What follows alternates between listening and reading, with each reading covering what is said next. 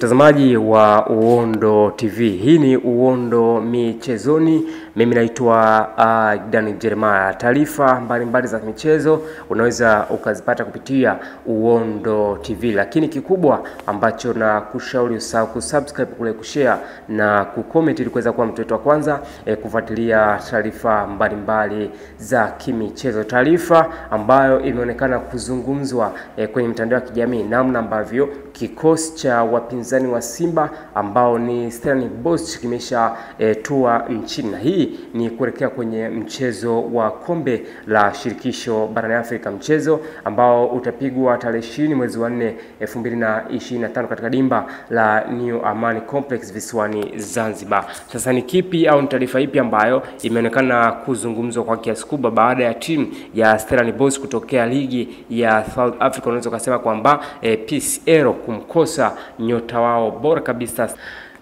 Kikosi cha Stellenbosch kimetua nchini tayari kwa pambano la kwanza la nusu finali ya michuano ya kombe la shirikisho barani Afrika dhidi ya Simba Sports Club, huku ikipata pigo baada ya kumkosa striker au nyota wa timu hiyo ya Afrika Kusini kuumia na kumfanya kocha Steve Barker kukuna kichwa mapema sana.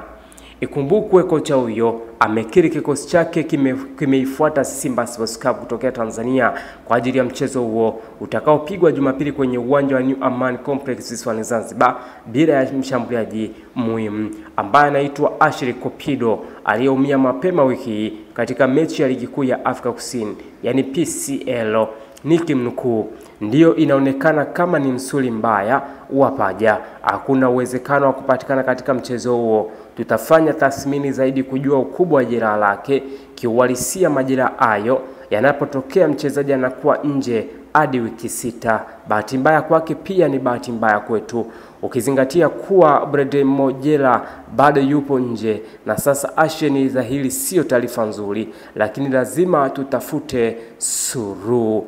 Kutokana na hali hiyo, kocha Barker anazidi kuumiza kichwa, kwani winga wake Langley Phili anatakiwa kujiunga na kambi ya kikosi cha timu ya taifa ya Afrika Kusini chini ya miaka 20 kwa ajili ya kushiriki AFCON Under 20 nchini Misri, hivyo kuna uwezekano naye kumkosa. Hiyo ni taarifa ambayo imekuwa inazungumzwa kwenye mitandao ya kijamii. Kwa hiyo mtazamaji wa Uondo TV, mtazamaji wa soka wa mpira miguu, namna ambavyo kikosi cha Stellenbosch kutokea Afrika Kusini, namna ambavyo kitamkosa mshambuliaji wao muhimu kabisa ambaye ana uwezo mkubwa, na hii inaweza ikawa pigo kubwa katika upande wao, kwa sababu tunaamini kwamba Simba kwenye mashindano ya kimataifa ni moja kati ya timu ambayo imeonekana kuwa giant kwa kiasi kubwa, namna ambavyo imekuwa inatumia matumizi mazuri ya wachezaji walionao na kuweza kuisaidia timu kuivusha maybe kuitoa sehemu moja